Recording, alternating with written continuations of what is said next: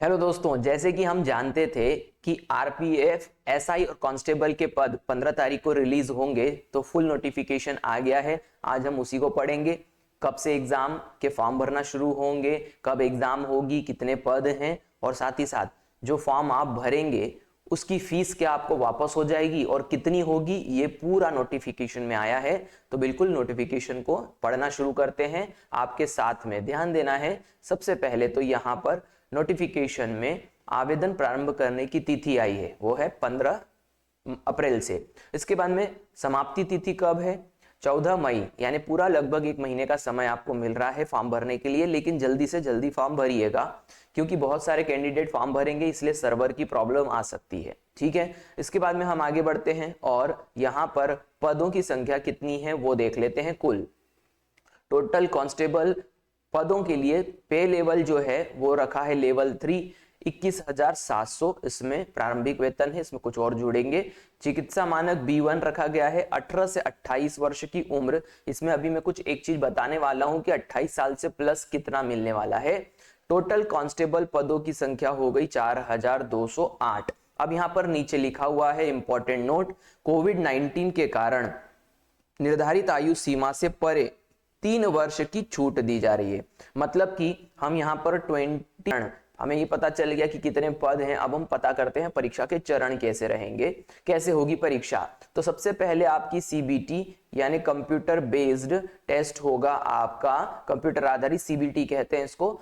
ये परीक्षा होगी। इसमें यहां पर लिखा गया है कि जो भी सीबीटी पास करते हैं, टोटल मिलाकर के 10 गुना अधिक लोग लिए जाएंगे शारीरिक दक्षता यानी कि फिजिकल के लिए। तो टोटल मिलाकर के यदि हम मोटा मोटा कहें 4,600 पद हैं, तो इसके 10 गुना कर दीजिए, तो 46,000 स्टूडेंट चुने जाएंगे फिजिकल के लिए। ये यहां पर लिखा हुआ है। तो पहले आपका ऑनलाइन टेस्ट होगा, उसके बाद में आपको 46,000 लोगों को चुना जाएगा, जिसमें कि आपका शारीरिक दक्षता के टेस्ट आपके होंगे। उसके बाद में यहां पर एक और चीज लिखी हुई है, यहां पर नकारात्मक अंकन यानी कि नेगेटिव मार्किंग रहेगी सीबीटी टेस्ट में। प्रत्येक गलत के ऊपर 1/3 नेगेटिव मार्किंग, स्टैंडर्ड मार्किंग है, ये होगी। यानी एक गलत आंसर यदि आप देते हैं तो 1/3 नंबर आपके वास्तविक नंबरों में से कट जाएंगे।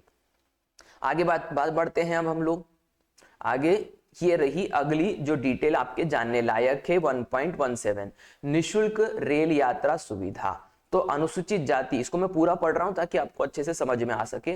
अनुसूचित जाति, अनुसूचित जनजाति के उम्मीदवारों के लिए स्वीकार्य निशुल्क स्लीपर क्लास रेलवे पास चयन के विभिन्न चरणों के लिए यानी सीबीटी, पीईटी, पीएमटी और दस्तावेज सत्यापन, मेडिकल परीक्षा जैसा लागू हो, उनके विवरण और ऑनलाइन आवेदन में प्रस्तुत वैध जाति प्रमाण पत्र के अनुसार उनके ई कॉल लेटर के साथ प्रदान किया जाएगा। यानी कि ये आपको तभी मिलेगा जब आपका पूर्ण चयन हो जाएगा, जहां तक कि ये नोटिफिकेशन बात बोल रहा है और जो हम समझ पा रहे हैं। जो स्पेसिफिक यहां लिखा हुआ है ई कॉल लेटर, ई कॉल लेटर यानी कब आएगा वो कॉल लेटर?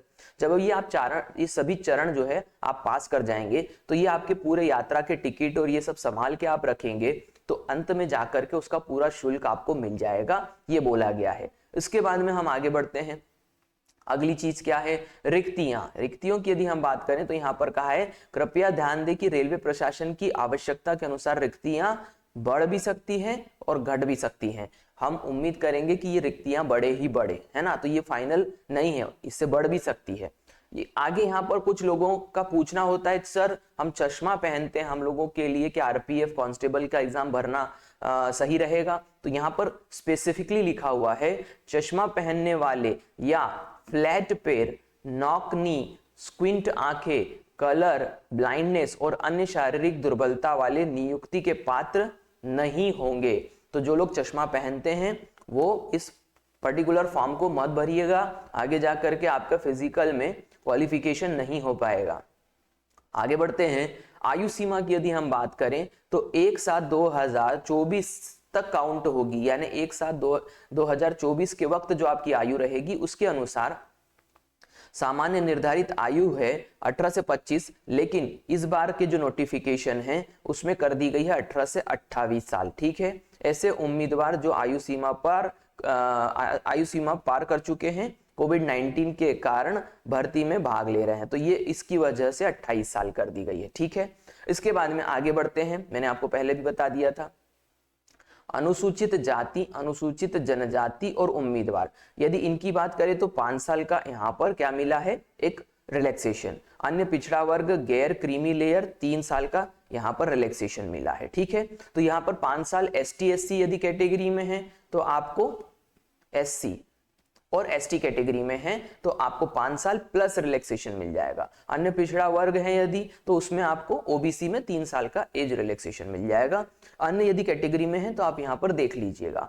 इसके बाद में हम आगे बढ़ते हैं, जो काम की चीजें हैं, शैक्षणिक योग्यता आपकी क्या होनी चाहिए, तो यहाँ पर मैं नीचे आपको बता दूंगा। वैसे ये सामान्य सी बात है कि 10th लेवल की जो 10th क्लास होती है वहां तक की हमारी योग्यता होनी चाहिए, शैक्षणिक योग्यता। इसके बाद में हम यहाँ पर शुल्क की बात करें तो 500 रुपये आपका शुल्क लग रहा है, और यहाँ लिखे अनुसार क्या बोला जा रहा है वो देखिए। पहले चरण की कंप्यूटर आधारित परीक्षा में सम्मिलित होने पर शुल्क 500 रुपए में से 400 रुपए की शुल्क राशि पर लागू बैंक प्रभाव काटकर शेष राशि की वापसी की जाएगी। यानी कि आपको यहाँ पर ध्यान देना है, इंपॉर्टेंट पॉइंट है, 500 रुपए में आप जो फॉर्म भर रहे हो, 400 रुपए प्लस जो बैंक चार्ज लग रहा है, 400 प्लस जो बैंक चार्ज लग रहा है वो अलग से हम यानी कि वो 400 रुपए की शुल्क वापसी पर लागू जो बैंक प्रभाव होगा उसके बाद में आपको ये लगभग मोटा मोटा राशि मिल जाएगी, अच्छी खासी, इस बात को आप ध्यान रखिएगा। इसके बाद में वही चीज 250 रुपए जो है SC ST भूतपूर्व सैनिक महिलाओं के लिए 250 रुपए फीस रखी गई है। इसमें भी ये कहा गया है कि ये 250 रुपए में से हम सिर्फ बैंक चार्ज जो होगा वो काट लेंगे और बाकी पैसा आपको वापस कर देंगे। ठीक है, तो इसके बाद में हम आगे बढ़ते हैं। मैंने आपको बताया कि कितना पैसा आपको वापस मिल जाएगा। नेक्स्ट जो चीज है वो है EWS, आर्थिक रूप से कमजोर वर्ग जो है उसके बारे में एक डिटेल देनी है कि कौन लोग हैं जो इसमें पार्टिसिपेट नहीं कर पाएंगे। जिनके पास 5 एकड़ या उससे अधिक जमीन है वो EWS का फायदा नहीं ले पाएंगे। 1000 वर्ग फीट या उससे अधिक का घर है उनके पास में, अनुसूचित नगर पालिका में 100 वर्ग गज और उससे अधिक आवास का भूखंड है उनके पास, यदि यानी कि घर नहीं है लेकिन प्लॉट है। अधिसूचित नगर पालिका के अलावा अन्य क्षेत्र में 200 वर्ग गज से अधिक का आवासीय भूखंड है। तो इस तरीके से आपका जो है क्राइटेरिया आता है जहां पर EWS आपका लागू नहीं होता है। ठीक है, ध्यान से आप अपने फॉर्म भरिएगा, है ना, क्योंकि बाद में डॉक्यूमेंट वेरिफिकेशन में फिर दिक्कत होती है, इसी वजह से थोड़ा केयरफुली फॉर्म भरिएगा। अब बात करते हैं हम बी पॉइंट, यहाँ पर लिखा है CBT में प्राप्त अंकों को इस भर्ती प्रक्रिया के अगले चरणों के लिए उम्मीदवार की शॉर्ट लिस्टिंग के लिए गिना जाएगा। यानी कि आपका जो पैमाना रहेगा वो CBT टेस्ट रहेगा। जितना अच्छा आप CBT में परफॉर्म करेंगे उतना अच्छा आपके लिए होगा। आगे बढ़ते हैं। CBT के लिए पाठ्यक्रम की यदि हम बात करें तो यहाँ पर सबसे पहली बात है आपको अंक गणित पूछा जाएगा, जो कि दिख रहा है यहाँ पर 35 नंबर का है, 35 अंक का है। दूसरा है जनरल इंटेलिजेंस एंड रीजनिंग, ये भी आपको 35 नंबर का पूछा जाएगा।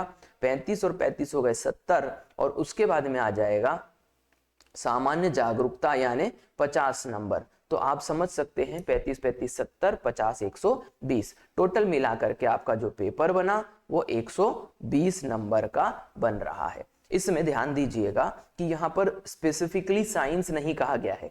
बहुत सारे स्टूडेंट्स सोचते हैं कि रेलवे की परीक्षा है तो साइंस का वेटेज बहुत ज्यादा होगा। ये मैं आपको बता दूं कि ये रेलवे और ग्रुप डी की एग्जाम्स जो होती हैं वहां पर ज्यादा प्रेफर किया जाता है। ये कांस्टेबल की एग्जाम है, इसीलिए यहाँ पर जो सामान्य जीके पूछा जाएगा उसमें कौन कौन से सब्जेक्ट आ जाएंगे, इतिहास, कला, संस्कृति, भूगोल, अर्थशास्त्र, सामान्य राजनीति, भारतीय संविधान, खेल, सामान्य विज्ञान। विज्ञान आ रहा है लेकिन सामान्य विज्ञान के अंतर्गत आ रहा है, ये बात ध्यान रखना है। ठीक है, तो 120 क्वेश्चन का आपका पेपर होगा 35 और 50 अंक के हिसाब से। आगे बढ़ते हैं। शारीरिक दक्षता की यदि हम बात करें तो यहाँ पर शारीरिक दक्षता की यदि हम बात करें तो यहाँ पर आपको फिजिकल के लिए जो जाना पड़ेगा उसमें कांस्टेबल यदि पुरुष हैं तो 1600 मीटर की दौड़ रखनी है 5 मिनट 45 सेकेंड में। लंबी कूद लड़कों के लिए 14 फीट रहेगी, ऊंची कूद 4 फीट रहेगी। यदि हम महिलाओं की बात करें तो उनके लिए 800 मीटर की दौड़ रहेगी 3 मिनट 40 सेकेंड में, 9 फीट लंबी कूद है, 3 फीट ऊंची कूद है।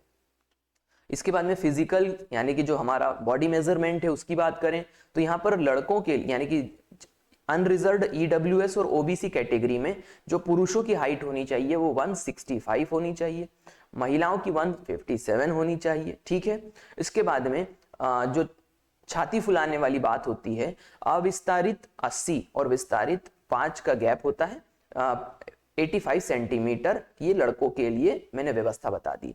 यदि SC ST कैटेगरी की बात करें तो पुरुषों के लिए यहां पर हम बात करते हैं, अच्छा ध्यान देना है, ओनली फॉर मैन, यहाँ पर जो छाती फुलाने की बात होगी ये सिर्फ पुरुषों के ऊपर लागू होगी, है ना, उनके नाप लिए जाएंगे। SC ST कैटेगरी में 160 जो है वो पुरुषों की हाइट होनी चाहिए, महिलाओं की 152 होनी चाहिए। ये बहुत बढ़िया रिलैक्सेशन मिला है, बहुत सारी लड़कियों को कहीं ना कहीं उनकी हाइट कम होती है इसलिए वो कांस्टेबल या जीडी नहीं भर पाती, लेकिन वो आरपीएफ भर पाएंगी। इसके बाद में अविस्तारित 76.2 और 81.2। ठीक है, इसके बाद में यहाँ पर कुछ स्पेसिफिक जो है वो लोगों के यानी कि स्तर के बारे में बात की गई है, जैसे गठवाड़लिया, गोरखाओं, इनकी क्योंकि हाइट थोड़ी और कम होती है, इसी वजह से यहाँ पर अलग से क्राइटेरिया दिया गया है कि आप इन कैटेगरीज में आते हैं तो ये आपकी हाइट होनी चाहिए।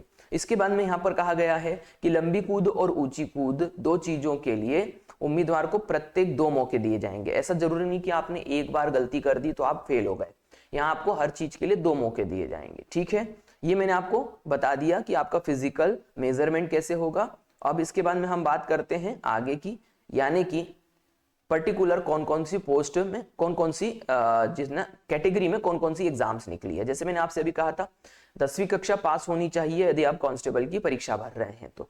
इसके बाद में अंतिम चीज हम देख लेते हैं किस कैटेगरी में कितनी पोस्ट निकली है। यदि हम अनारक्षित की बात करें तो टोटल मिला के 1450 पोस्ट निकली है। अनुसूचित जाति की बात करें तो यहाँ पर 536 पोस्ट निकली है। अनुसूचित जनजाति की बात करें तो यहाँ पर 268 पोस्ट है। अन्य पिछड़ा वर्ग की बात करें तो 966, ईडब्ल्यूएस की बात करें तो 357। इस प्रकार से 3577 पोस्ट जो है ये कुल निकली है कांस्टेबल की। इसके ये पुरुषों के लिए है। महिलाओं के लिए बात करें तो अनारक्षित में अनरिजर्व्ड में 256, अनुसूचित जाति में 95, जनजाति में 47, अन्य पिछड़ा वर्ग में 170, ईडब्ल्यूएस में 63। कुल मिला के पदों की संख्या हो गई तो 631। इस प्रकार से कुल भर्तियां जो है टोटल मिला करके हो गई यहाँ पर 410, है ना। भूतपूर्व सैनिकों के लिए भी यहाँ पर भूतपूर्व सैनिक कुल भर्ती रिक्तियां जो है 10% रहेगी उसकी, और ये 410 महिलाओं के लिए निकली है। तो ये मैंने आपको जैसे कह दिया कि कितने पद और किस कैटेगरी में निकले हैं। तो उम्मीद करता हूं कि आपको चीजें समझ में आ गई होगी। यहीं तक का नोटिफिकेशन था, पूरा ओरिजिनल नोटिफिकेशन ही मैंने पढ़ा है। इसके बाद में हम ऐसा ही नोटिफिकेशन भी देखेंगे, थोड़ी देर में आपको वो भी मिल जाएगा। वीडियो को देखने के लिए थैंक यू।